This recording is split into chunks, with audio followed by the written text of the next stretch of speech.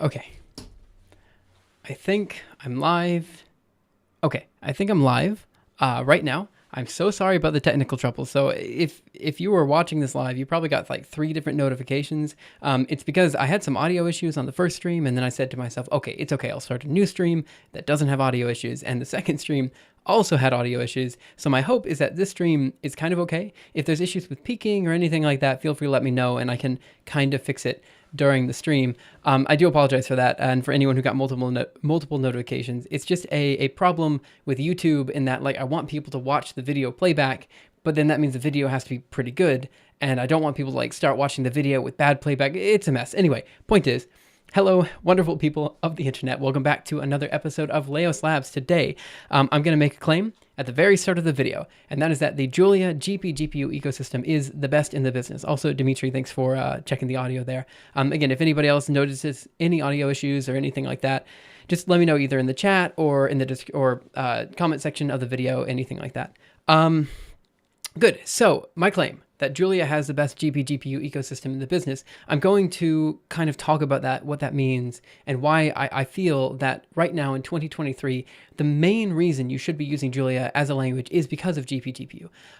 So I guess to qualify this, let me go ahead and open up XernalPP. So I'm going to go over here. Oh, that's Discord. I'll find XernalPP eventually. Should be this one right here.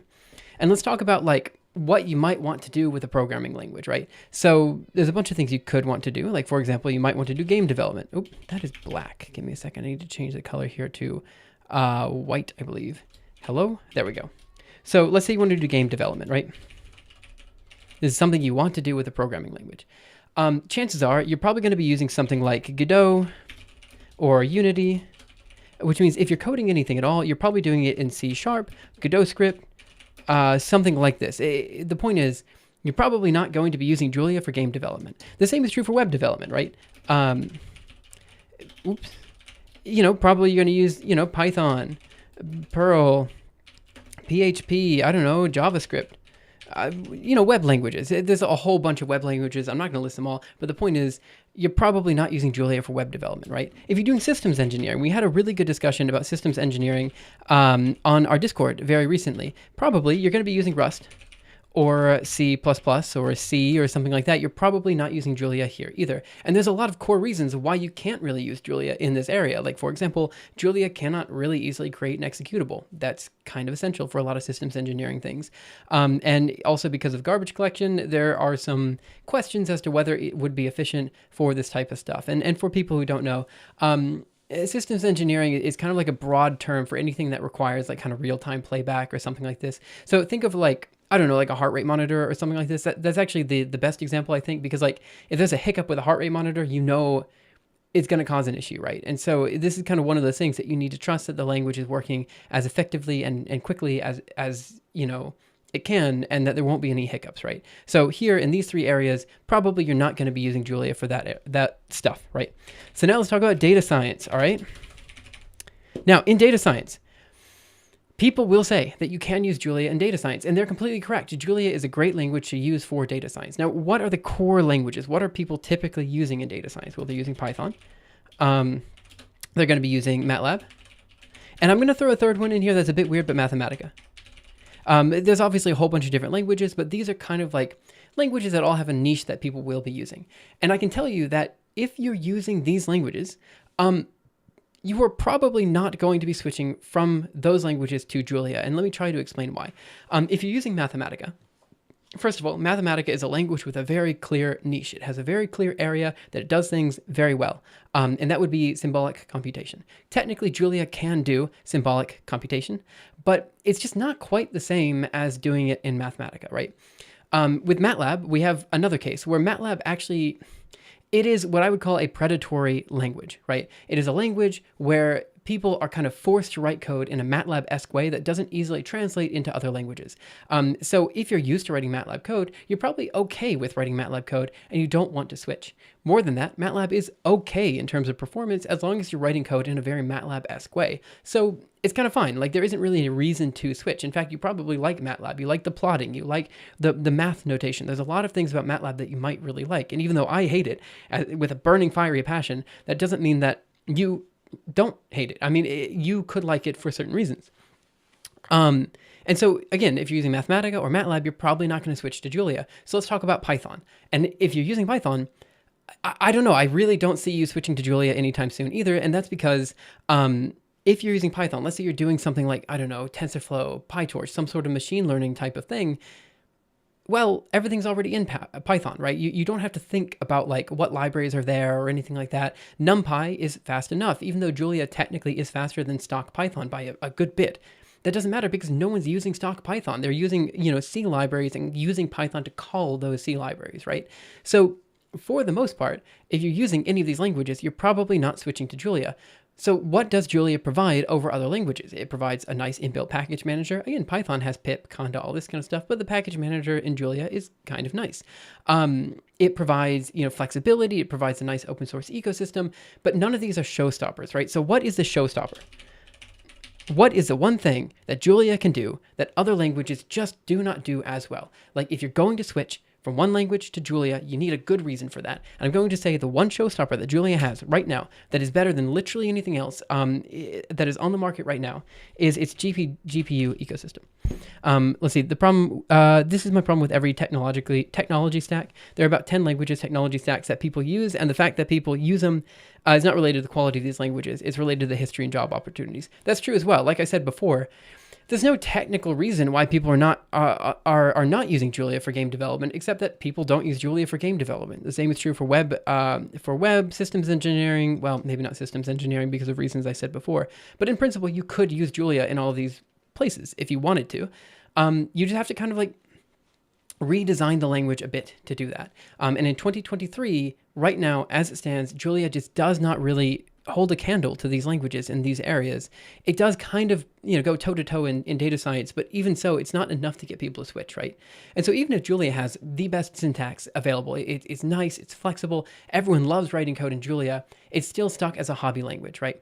But in my experience, I've taught Julia to hundreds of people, and thousands of people, if you count the people online that I've talked to Julia with or about, And in these cases, there are kind of two main people that are trying to learn Julia. They're the people who are trying to use it for data science. And again, usually these people will use Julia for like a week or two, and then they go back to their language that they like, Python, MATLAB, Mathematica. But the people who tend to stick with Julia are not the people who were doing Mathematica, MATLAB, or anything like that. The people who stick to Julia are usually the ones who are coming from a lower level language like C or something like this, and they really just want the GPGPU tools or some sort of tooling that is quick and efficient, but they don't really care so much about the language itself, right? A lot of times when you're so used to writing code in C or something like this, it just ends up becoming kind of a pain, and you think, basically any other language that can get you that performance will just feel like a breath of fresh air, and that's kind of what Julia is. Okay, so let me talk about the state of GPGPU. What is it currently like? So state of GPGPU. So first of all, what is GPGPU? Well, I haven't even explained what it is and why it's important, right? So first of all, what is a GPU?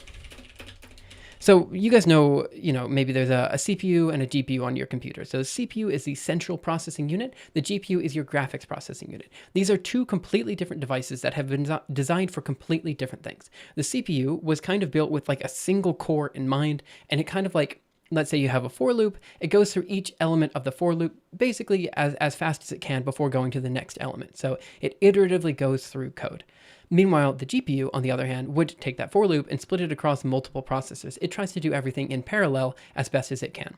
And these devices have been built for, like I said, different purposes. The graphics processing unit was meant to basically display graphics. You can manipulate pixels on your screen. You have about 1 million pixels, but each pixel manipulation is not particularly complicated to do. And so what you want to do is you want a device that can do a bunch of really quick computation in parallel. And so GPGPU is the act of using your GPU for a general purpose computational device. GPGPU stands for general purpose GPU computing.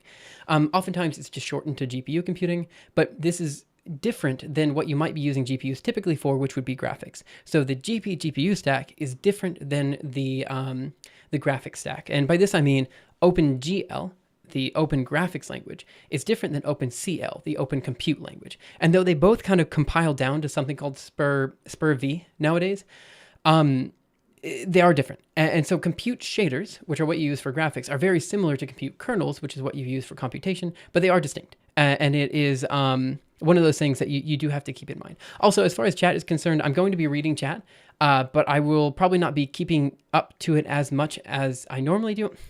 I will not be reading it out aloud as much as I normally do, because I'm trying to like prioritize the VOD experience here as well. So I'll read out some chats, but it'll be like a little bit of time before I read them. So don't worry, I'm reading the chat. Just give me a second to catch up with what I'm talking about. So what is a GPU? What is GPGPU? We've talked about that. What is GPGPU? Let's put some question marks in there, one there, and one here.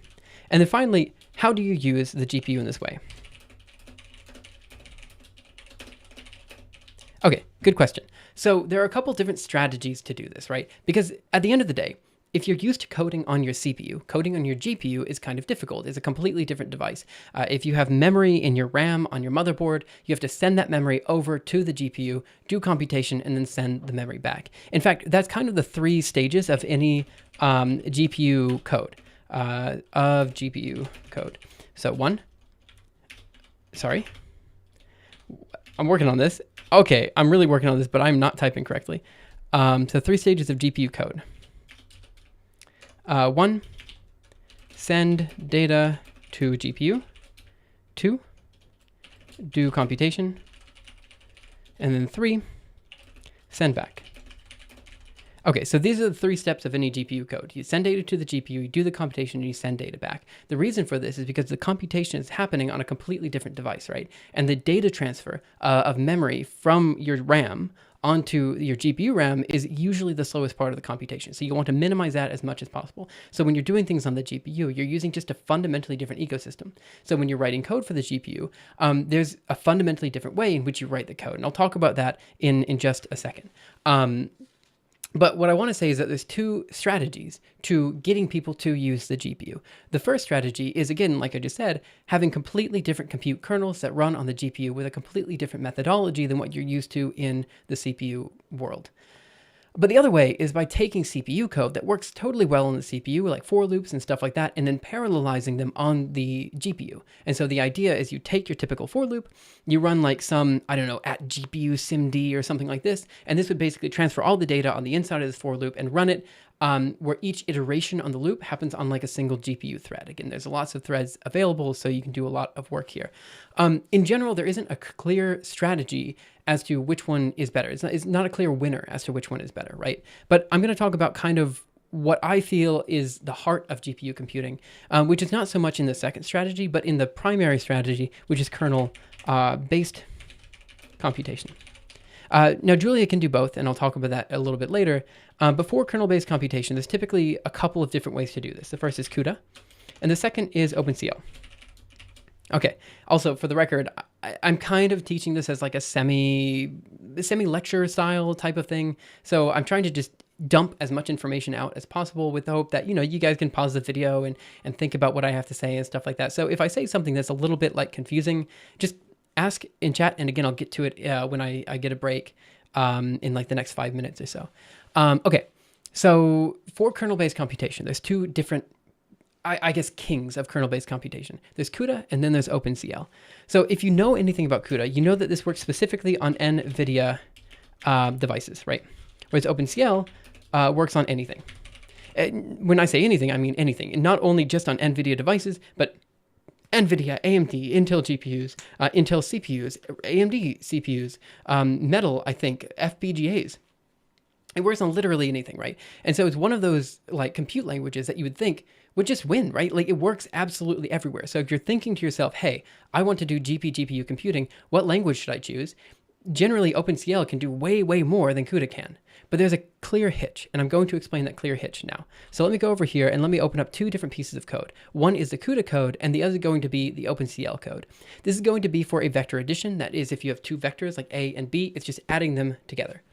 So let's go ahead and talk about the kernel itself. So this is going to be in CUDA. I think I can make it bigger by doing this. How do I make it bigger? That. Wait. There we go. Okay, this should be big enough that people can see it. Maybe a little bit bigger even. Okay, so here's a basic CUDA kernel. Here's the way it works. You start by creating your vector add. It's going to take a double star A, double star B. These are just arrays in C. And then you basically create some sort of ID. I don't want to talk so much about this ID right now. I'll talk about it a little bit more later when I talk about some pitfalls with Julia, because this particular line is actually kind of more difficult to write in Julia than it is in C, but we'll talk about that in a little bit. The point is that this is grabbing an individual ID. What I mean by that is, again, if you had a for loop for I 1 through 10, this ID is going to be like I. You're iterable in that loop, right? And so again, if you have 1,000 elements of A, this ID is going to kind of iterate through the 1,000 elements of A. You don't need to worry too much about thread ID, block ID, all that kind of stuff for this purpose. I'll describe that a little bit later. But the main thing is we're doing a bit of computation here, which is just C of whatever ID you are is going to be equal to A of whatever ID plus B of whatever ID. Down here is the actual code. We allocate data on the CPU. We then allocate the space on the GPU. We transfer the data over by initializing A and B. We then do a CUDA mem copy. Again, this just sends that data over to the GPU. So here with the allocation step, here with sending it over.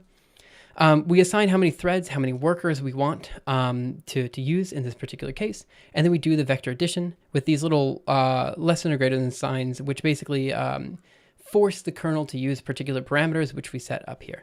And then after that, you just do CUDA mem copy back. And I don't remember why I have these commented in there, but it doesn't matter. Point is, you then check to make sure you did it correctly, and that's basically it. That's the whole code. That's all you have to think about. And like I said, this is the basic workflow for a CUDA program. You send data from the CPU to GPU, you do the computation, you send data back. This vector addition is typically called the hello world of GPU computing because it's kind of the easiest piece of code that you can write that gives you some amount of speed up on the GPU. So now let's talk about the same piece of code on for OpenCL. I think that should be about the right size. Immediately, you're going to notice a big problem. First of all, we have the C of ID is equal to the A of ID and B of ID, but the difference is that this is a huge, essentially string, right? You're reading in a string and you're compiling that string just at runtime, right? So as opposed to CUDA, which compiled it at compile time, OpenCL is compiling it at runtime. Now this is both an advantage and a disadvantage, but it's probably more of a disadvantage than an advantage. The reason it is a disadvantage is because this means when you go into the actual code here, you're going to have to do all of your error checking on your own. You're going to have to do your try statement, your catch statement, all this kind of stuff. But one core advantage of this is if you're creating a domain-specific language or something like this, you can actually pretty easily just like input your code into the kernels before they're compiled at runtime. Again, another disadvantage is because the kernels are compiled at runtime, you do have a kind of lengthy precompile step sometimes for some OpenCL programs before actually getting it to run. So it's a bit hit or miss, but there is more flexibility in this method, which is why I do understand why people would like this method. But at the end of the day, it's just more to do. And so when you're talking about GPGPU computing and you have the choice between CUDA and OpenCL, pretty much everybody chooses CUDA because it's just so much easier to write CUDA than this mess that is OpenCL. I mean, if you look here, you have to create like individual buffers, which is the same thing as an array. It's the same thing as allocation. But then you have to assign each argument in here. And then you transfer all the data back. It's literally the same thing. It is the same thing. I'm not doing a good job of describing it. It's just way, way more verbose. This took 111 lines, whereas CUDA took 76. Okay. The only advantage then of using OpenCL is that you get AMD GPUs for free. You get Intel GPUs for free. You're able to do computation on basically any device. So now I want to talk a little bit about Julia. I'm going to CD here, CD into projects. I guess just projects. I'm going to create a new directory for CD stream, and then whatever, I'll just do it here. It doesn't really matter too much. Let me just do Julia here. Okay. What I'm going to do next is I'm going to start fresh. I think I'm starting fresh. Okay. Yeah. The only thing I have on the system is AMD GPU and stuff like this. So I'm going to start fresh. And like I said, a core problem with GPU computing is basically getting your code to run on any computational device. Well, I can do that pretty easily here by just using AMD GPU. And this will load AMD GPU. And then I can do that data transfer by doing the following. So first, let me create the CPU array. A is going to be equal to, let's do ones of 10, 10, 10, something like this. And now what I'm going to do is I'm going to transfer that to the GPU. That's done by saying A on the device is going to be equal to rock array of A. And this is again doing the data transfer to the GPU. And now let me show you the kernel. It's actually remarkably easy. We're going to say B is going to be dot equal to A dot plus A. Okay. Wait, I need to find it. Let's just assign it all to A.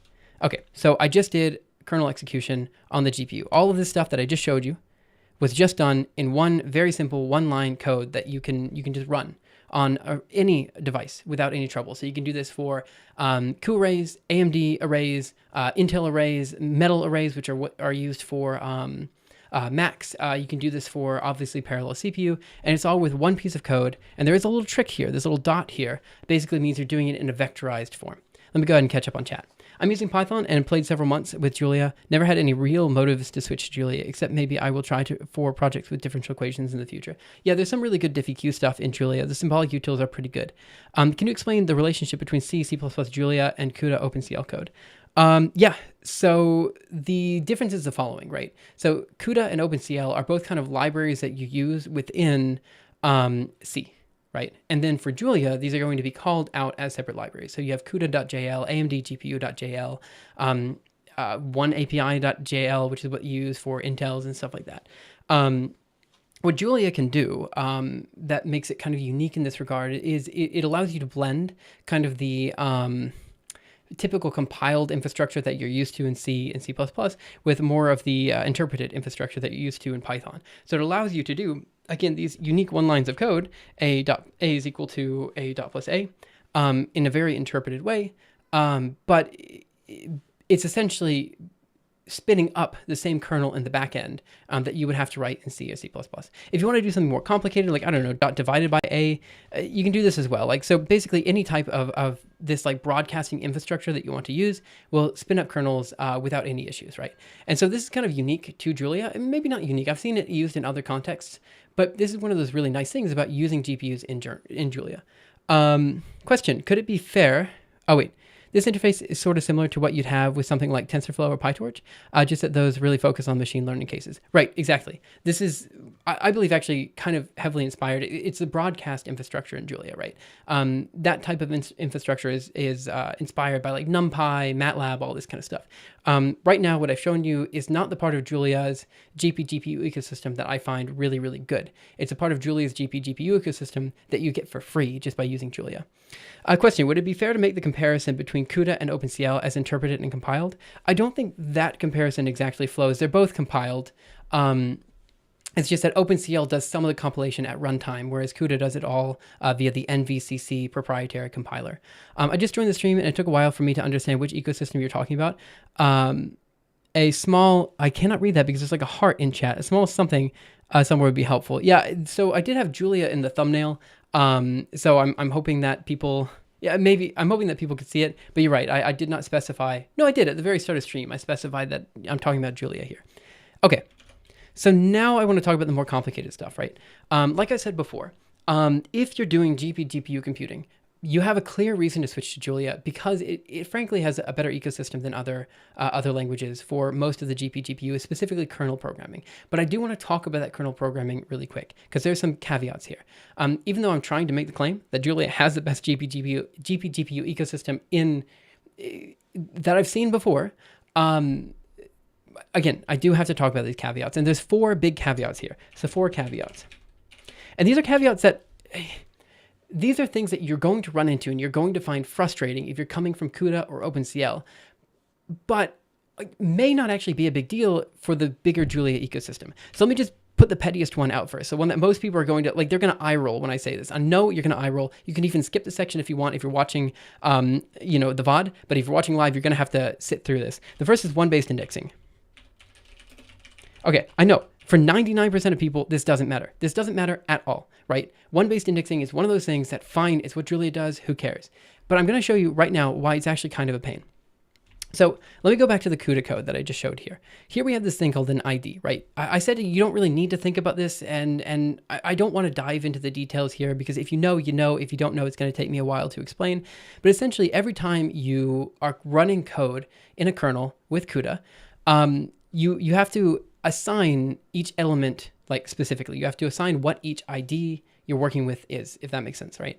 And so what you typically do is you typically create an array, like we did before. We have an array, and then we have D of A, I think. A on the device, I think is what I called it. A on the device. Oh, also, I just realized I've been doing stuff wrong. This here, these dot pluses should have been with D of A, D of A, D of A, and D of A. That's a little bit of egg on my face. or a of d. Oh my goodness. 1 second. Let me do it again. A of d is dot equal to a of d dot plus a of d. It's going to take just a second to precompile everything on the GPU. I was wondering why that was so fast, but it's going to work. I promise it's going to work. I'm so sorry. I was just using the wrong array. And then, yeah, here we go. And then I can do dot divided by d of a just to show off. A of d. There you go. It all works. Wonderful. Anyway, sorry. That was my bad. So let's go ahead and take array A. We know that the array A is a 10 by 10 by 10 array. So instead, let me create a new array, which is going to be called B. And let's define 2 dimensions. Xdim is going to be equal to 10, and Ydim is going to be equal to 10. I'm going to create a new array, which is B, which is going to be, let's do ones of Xdim, Ydim. Okay? Now, when you send this to the GPU, typically you don't send it as a 2D array, you send it as a 1D array, because that's what it is in memory anyway. It's just one big one-dimensional array. I mean, there's a reason why there's always a fast axis and a slow axis to looking at data, and it's because essentially deep down, you know, in its heart, all 2, 3, n-dimensional arrays know that they're in essence one-dimensional, right? Now in CUDA, you do have the ability to create dim3 arrays, so you can technically use the second and third dimension if you want, but most people just put it into one dimension and do their indexing on their own. So what do I mean by this? Well, let's imagine I wanted to access every single element on the CPU. I might do something like this. For I is equal to 1 to x dimension. For j is equal to 1 to y dimension. Index is going to be equal to, and I'm going to write down what I want to write down, and I'm going to explain why this is wrong in a second, is going to be equal to j plus I times, is it y dimension or x dimension? I guess it's y dimension, right? Yes. And then we want to do b of index is going to be equal to b of index plus b of index, and that's what I want to do. This didn't work because I'm an idiot, and this needs to be a 1. And you see immediately that we have an issue that we attempted to access a 10 by 10 matrix at index 101. That's not going to work because in Julia, what you have to do is you have to add a y dimension, an I minus 1 here. And then if you do it, it should work just fine. And if we take a look at B, you see that, okay, we missed the first set of elements here. Oh, I know why we did that, yeah. So if we do it again, it's fine. Point is, the computation did work. It failed the first time because I was accessing the array elements in the wrong way. And that made me skip the first row. So let me redefine B. And now let's run this for loop one more time. And now we'll say B should be all 2s, right? But the point is that if you have to do manual indexing over a 1D array as if it were 2 dimensions, or rather, you know what I'm trying to say. You take a 2-dimensional array, you project it onto 1D, and then you project it back onto 2D. This additional I minus 1 becomes kind of a pain. And so if you're shifting from CUDA, OpenCL to Julia, it's going to bother you. Like it just is. You're going to get bit in the butt by it. And I know it's petty. It's just something I wanted to show off and say, hey, it's a problem. The other issues are way more severe, and I'm going to put them together. Garbage collection. And I'm also going to put the at inbounds problem. So what are these issues? The first is garbage collection as a whole. If you're used to CUDA, OpenCL, you're probably used to manual memory management, and you might not even care that much that Julia is a garbage collected language. I know I didn't when I switched. I was like, okay, fine, we use a garbage collector instead. But here's the core problem. At least in the past, garbage collection on the GPU was just slow. You don't want to call it. You want to call it as minimally, as few times as possible, right? But because of the way the Julia ecosystem is designed, you sometimes don't realize that you're allocating data when you shouldn't be, right? So case in point, let me go ahead and do the following. Add FFTW. I'm going to be adding an FFT package, and I'm going to show you what's happening when you use this FFT. It's going to take just a second to add it in. Again, one of the core advantages of Julia is the package manager. It's quite nice. Okay, so now we have it using FFTW. And now let me do @edit FFT of A.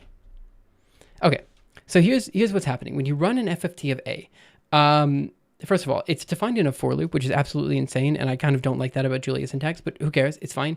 You will be calling a specific function that does 2 things, and it's very difficult to see in this code. I probably should have opened this code before doing it here on stream, but here's actually what's happening. I'll show it to you on this guy. So when you call an FFT, 2 things are happening. 1, you create a plan.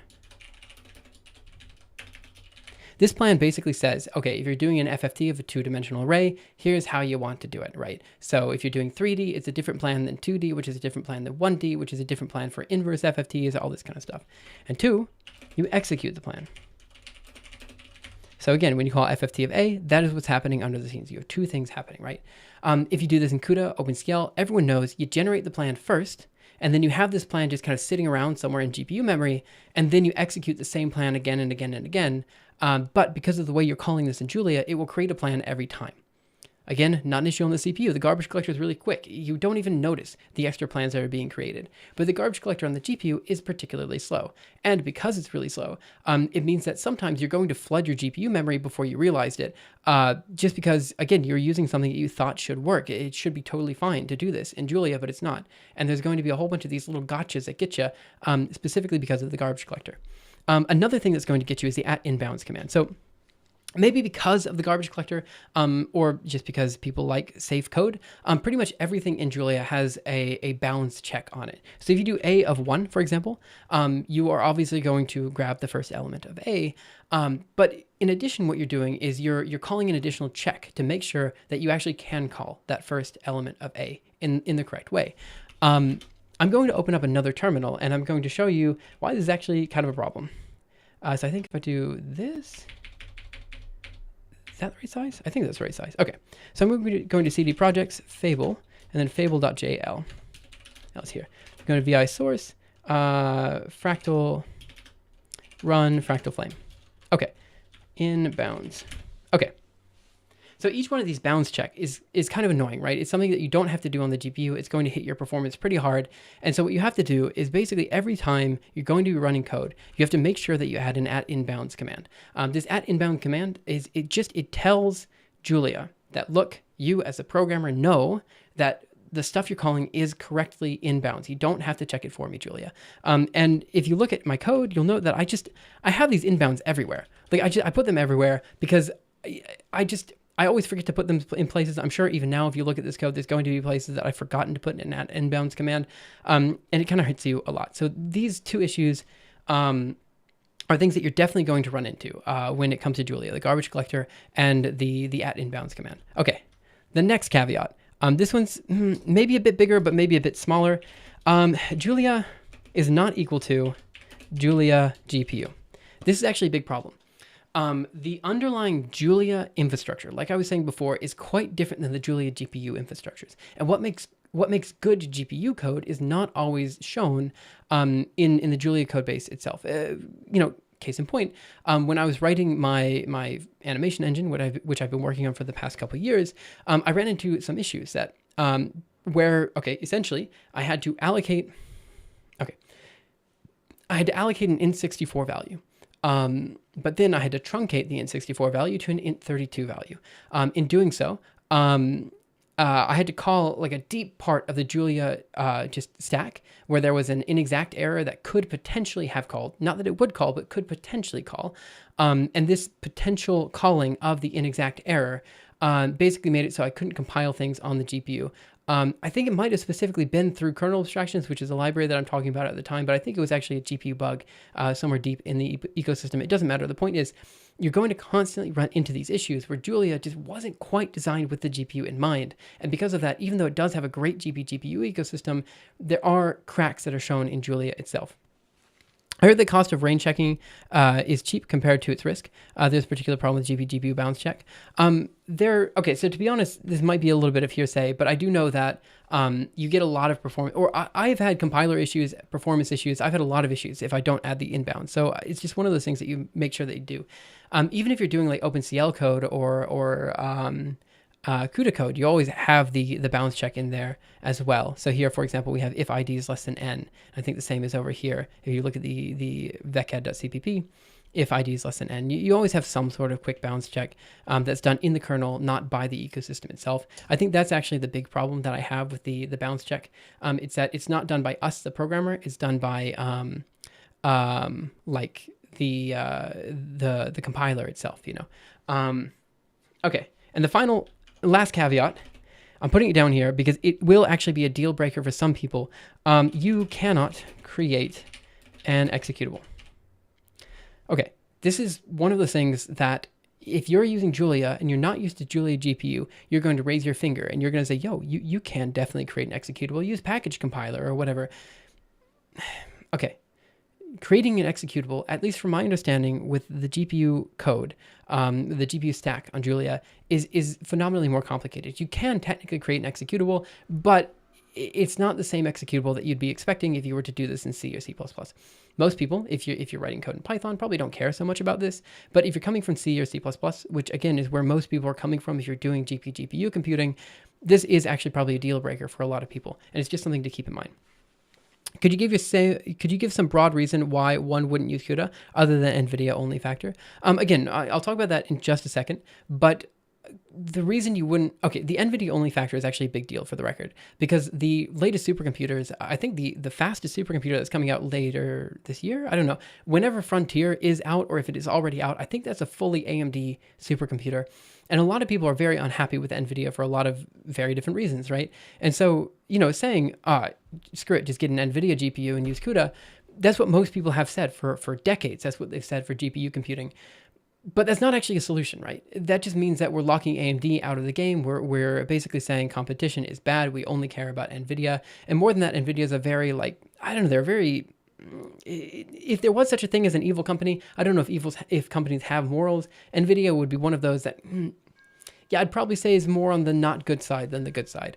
Not that that's a big deal. It's just that, the NVIDIA only thing is actually a big problem. But the other thing too is that NVIDIA CUDA uses a very specific NVCC compiler that is different than the compiler that you typically have to use for again, OpenCL. It just uses straight GCC or G++ or whatever you want, right? And so because you have to use the NVCC compiler, this means that you need a very specific dependency chain in order to even compile CUDA on your code. So if you want to export that code to other people's systems or whatever, it becomes kind of a pain. You have to make sure they have the entire CUDA stack, they have the right drivers and everything set up correctly. Doing the CMake file is doable. I've done it before, but it's just kind of a pain. And so that would be what I would say is why you probably would like to do OpenCL instead, just because again, it is not vendor specific and you can use just general G++ compilers without too much issues. Now I will say, even though that argument I just had about the dependency chain of CUDA, you still need that if you're using OpenCL as well. So it's not exactly true. Maybe I shouldn't have brought that up. But it is certainly true that in Julia, usually what happens if you're doing AMD GPU or whatever, you can just load AMD GPU, load CUDA, load one API, load whatever API is for the GPU, and it will automatically download the JLLs, dynamic linked libraries for Julia. It will download those, so you don't actually have to have a local install of CUDA or OpenCL or RockM or anything like that on your system. You can just load the libraries and they generally work. There's some caveats here, but what I showed earlier when it was just add AMD GPU, using AMD GPU, and then you can immediately use the GPU, that's a workflow that is kind of uniquely Julia, and it's something that really shines when it comes to other places in the ecosystem. So apart from these 4 caveats, are for GPU, so this is specifically, when I say GPU programming, and I say GPU computing, I've been meaning the same thing. I'm not talking about shaders like GLSL and stuff like this. So to talk a little bit more about GPU programming in general, like what you would expect from OpenGL, Vulkan, things like this, it is technically possible to do shaders in Julia. There's a spurv.jl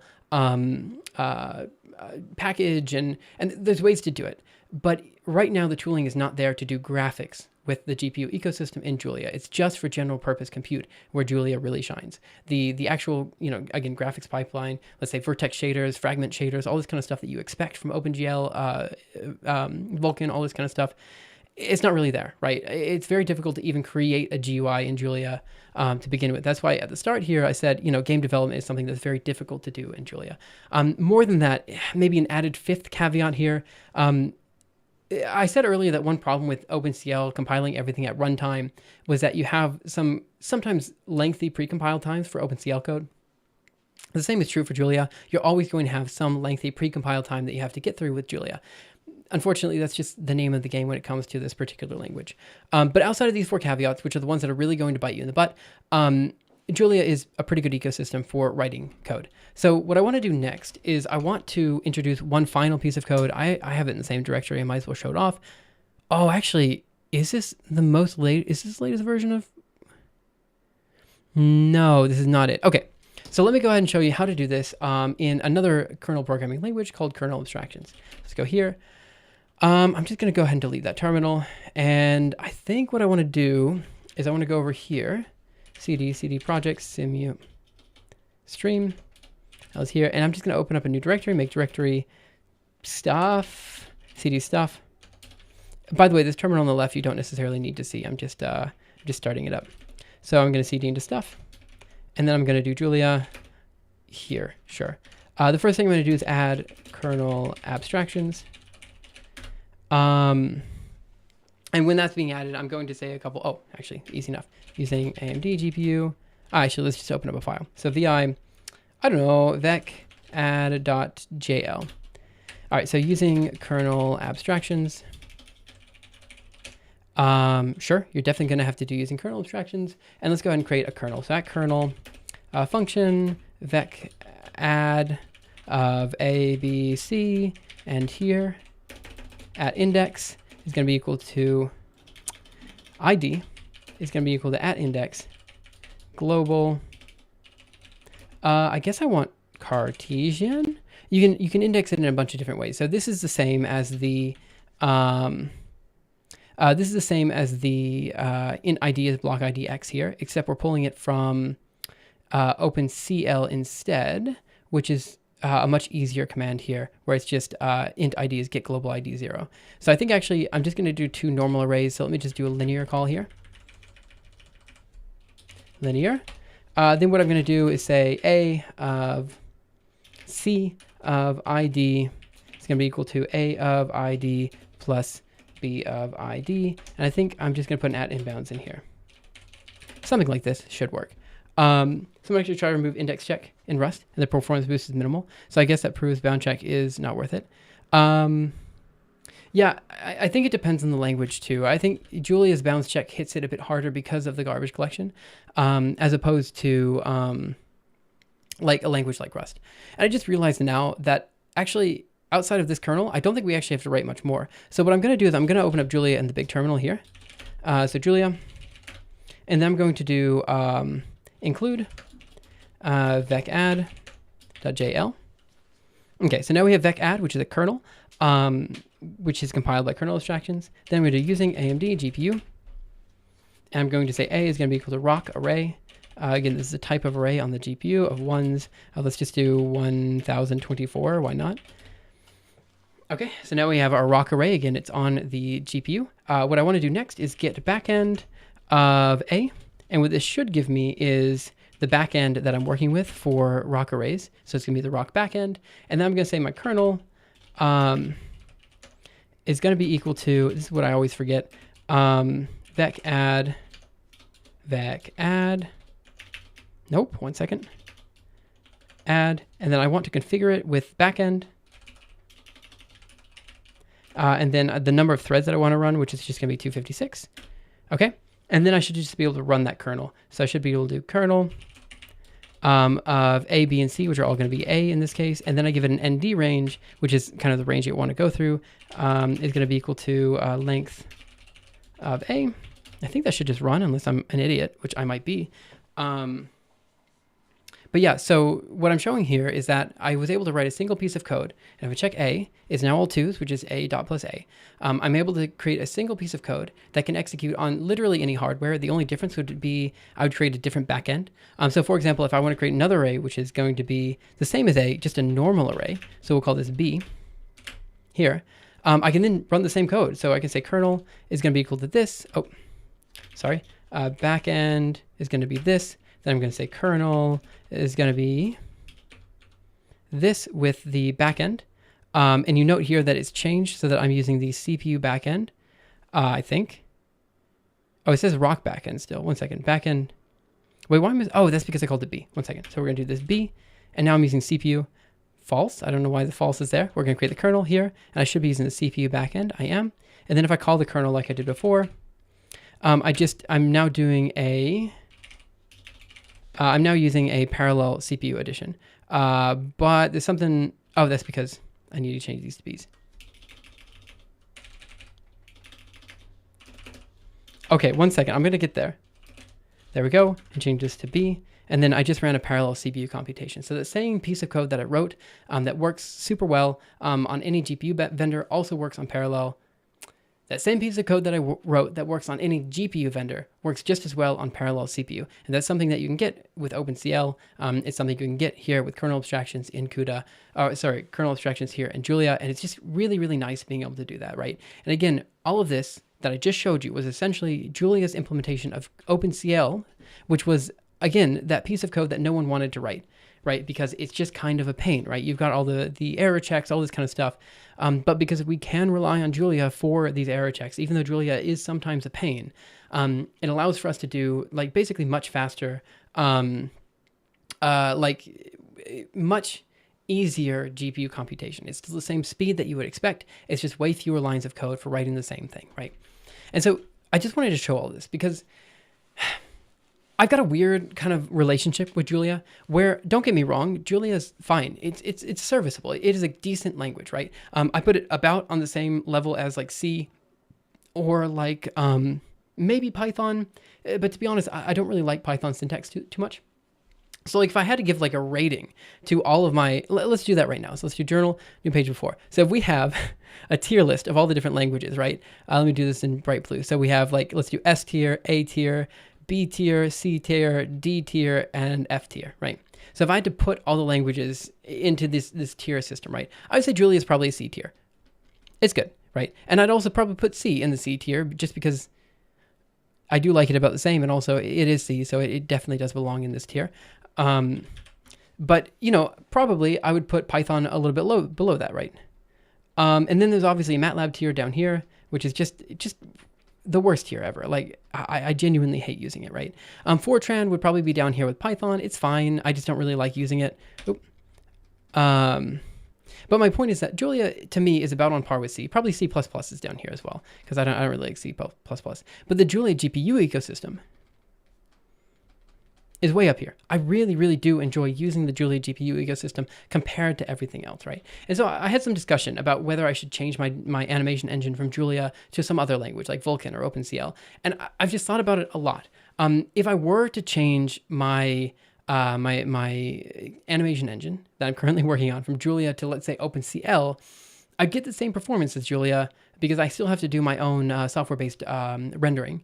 But it'd just be a lot more lines of code, a lot of boilerplate that I don't have to write. So if I were to switch languages, I'd probably switch to Vulkan because I have some ideas of how I could use the algorithm that I want to use using hardware rasterization. So like I said before, the one downside of the Julia GPU ecosystem is that it doesn't have good support for a lot of the typical like GPU tools that you would expect from Vulkan, OpenGL, and stuff like this. You're missing, for example, hardware rasterization, right? So you can do software rasterization, fine, you can always do that in OpenCL, but it's going to be slower than hardware rasterization and stuff like that. So this is where, like, truth be told, like, the ecosystem is not quite there for Julia, right? If I want to use a hardware rasterizer, I still need to dip into Vulkan to do that. And though I can do a C call from basically any code that's written in C to Julia, and it will be just as fast as if I were to run the code naturally in C, again, it comes with the caveats of using Julia, and those caveats are the same ones I said before, that you still have to deal with the garbage collector. You have to deal with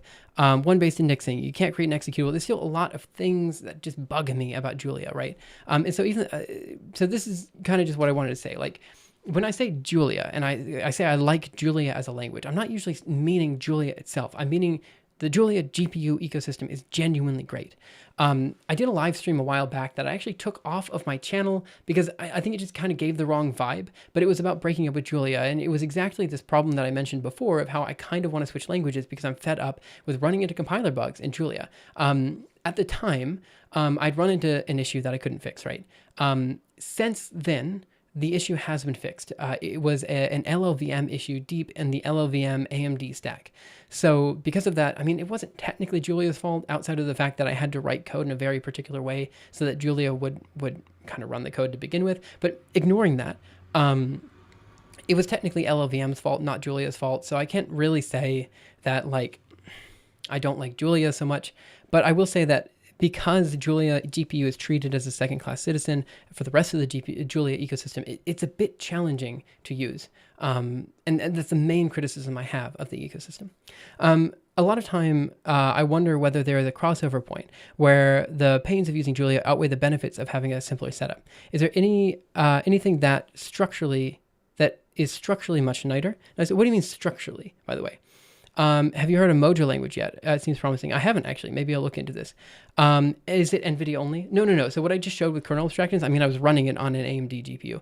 That, again, is one really big benefit. For those of you guys who don't know GPU computing, I don't think you know how much showing off I just did. Like, I literally just showed off, like, one of the biggest pieces of the Julia ecosystem, and that you get AMD GPUs for free. You get Intel GPUs for free. You get Metal GPUs on Macs for free. Like, all this comes for free just because you're using Julia, and it's all part of the Julia GPU ecosystem. All goes down to the same GPU compiler, which basically ends up going out to like NVPTX for NVIDIA or ROCm for AMD or whatever Intel uses. So it really is nice that you're able to write one piece of code that executes everywhere. And again, that was the promise of OpenCL, and it's what OpenCL does great, but Julia does it better. And so, like I said before, there's additional tools that you can use in Julia that like basically take a for loop and vectorize it on the GPU. That it's fine. Like, they work, they're good. But I just think this abstraction of using a loop when fundamentally you should be using a kernel makes it difficult for you to use certain abstractions that are nice on the GPU, like, for example, shared memory tiles and maybe even using texture memory, although, to be honest, texture memory is just another area of global memory, and we can talk about that later. The point is, we're in 2023, right? And I've said this many times before. Julia is okay. Julia GPU is great.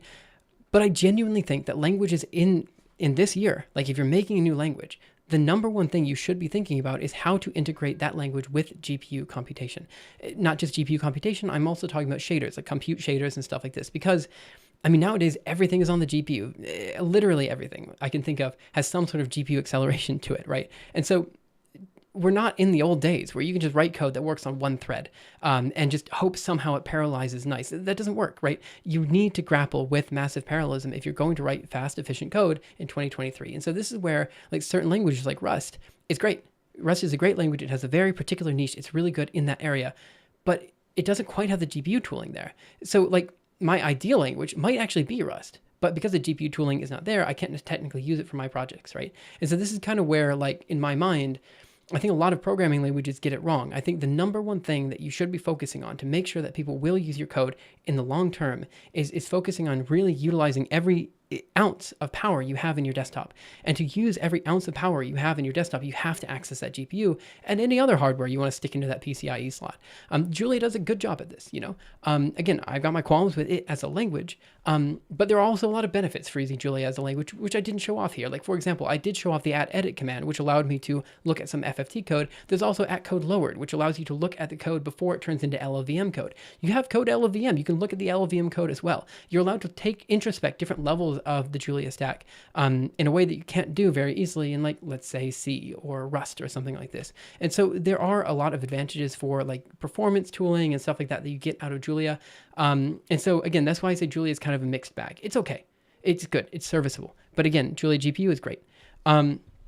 I looked into compute library in Python for cross-platform GPGPU, but it's not meant to be used by itself like PyTorch or TensorFlow. It's maybe 2023, but many computers are 10 years old. That's true. Can you add array languages like APL to the list? They seem good for matrix tensor math in theory, but they are small and esoteric. Seems like they wouldn't be used for GPU, contrary to the growth of the field. To be honest, I don't know so much about these. Maybe I should. But I think... So there's a tendency for people who are writing code in data science to write code that's very math-centric, like to write code that ends up looking like a math equation, and that's fine. So like all of these like kind of matrix forward models that I know about, maybe I'm missing some, where like you're really thinking about like the code as if it were a mathematical equation that you're writing down. They all kind of have like flaws when they're doing general purpose like language development and stuff like that. So that's, again, the advantage of Julia is that you get that broadcasting, you get that array-like notation if you want, but you also have the ability to do general purpose stuff without a performance penalty. I think C++ got it right in that regard. It has many faults, but being completely compatible with C kind of completely fixed the issue for Bjarne. D kind of got it wrong with being incompatible with C, but not with C++. Rust did it slightly better. Yeah, so again, this is why like it's so hard to get people to switch from C or C++ to another language, right? For the most part, people who are doing data science, or I say data science, people who are doing, let's say, scientific computing in C or C++, I always say C or C++ for that category because usually they're not using the latest C++ tools. They're using like maybe std vector or something like that in C++, but the rest is basically straight C code, right? They're even using mallocs and stuff like this all the time. It's basically just C with a few C++ features sprinkled in.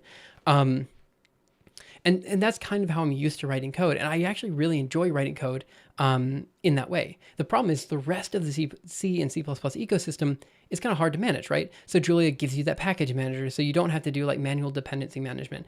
You don't have to like figure out how to build this particular piece of software on like every computer under the sun. You don't have to think about Windows support. You don't have to think about like, I don't know, Mac support. It just works. It just works, you know? And this is, again, it is a mixed bag, right? But GPU computing in general, right now in 2023, is a mixed bag. There is not one single API that just does it well. And again, I'm trying to say that Julia's does it the best that I've seen. How do you see Julia in this picture? In what picture? In terms of using C? Julia can just straight up call C without any issues. There's like some weird finickiness dealing with like the allocation of individual arrays, but you don't get any performance costs from calling C. There's a lot of libraries in Julia that are just like calling out to C libraries. So there isn't any issue with that. But again, like I said before, Julia is not attempting to be a systems engineering language. So it's not really fighting the same battlefield as Rust is, fighting in the same battlefield as Rust is. It's kind of like a different ballpark. Like we're talking about high performance computing, which is kind of fundamentally different than the area where Rust excels in. And I know, like, the truth is, like, I kind of feel like Julia and Rust are like kind of two opposing forces here. Sorry, I should probably stop rambling. I've been live for like an hour now. This is probably too long for people watching the VODs. But I always feel like Julia and Rust are like two competing forces, but they're like in completely different universes, right? I feel like they're only competing because there's like a very vibrant, active community of people who are coding in Rust and a very vibrant, active community of people who are coding in Julia, and they're very passionate, like incredibly passionate. Like somehow it almost feels like a cult sometimes when I'm like talking to Julia people, how much they love Julia, you know? And it kind of feels like the same way when I'm talking to like Rust people. It's like, man, like I know you like Rust and all, but like C was not that bad. You know, it was fine. It was serviceable. It was okay. I like C, you know? And so then when I say, oh, I kind of want to write my code in C, people are like, oh, you should use Rust then. And it's like, but I actually can't. Like fundamentally, what I want to do in Rust is not there, right? And so maybe in the future, in the next 5-10 years, it will be available in Rust. And maybe when that happens, I'll find out that Rust is genuinely my favorite language because it does tick all the boxes that I want from C that Julia doesn't provide me, namely creating an executable. I love having executables, but just Julia doesn't give me that, you know? Okay, so that's my whole takeaway here. Again, it's kind of a mixed bag, and I just wanted to make sure that like people knew that I don't hate Julia. Julia's fine. It's good, again.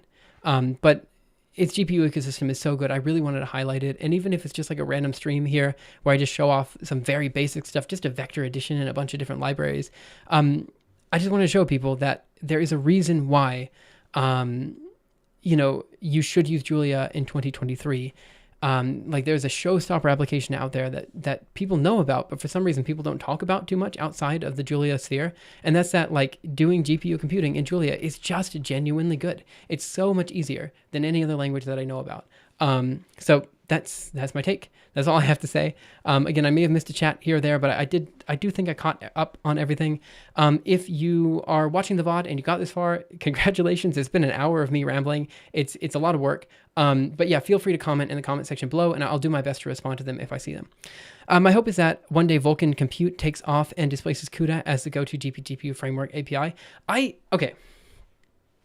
actually disagree with that take because Vulkan, if OpenCL was too complicated for people to use for GPGPU computing and instead people preferred CUDA, Vulkan is another level of complication here. You have so much more boilerplate code to write to get Vulkan just to work on the GPU in the way that you want it to work that it's probably not going to be what people will go to anytime soon for GPU computation.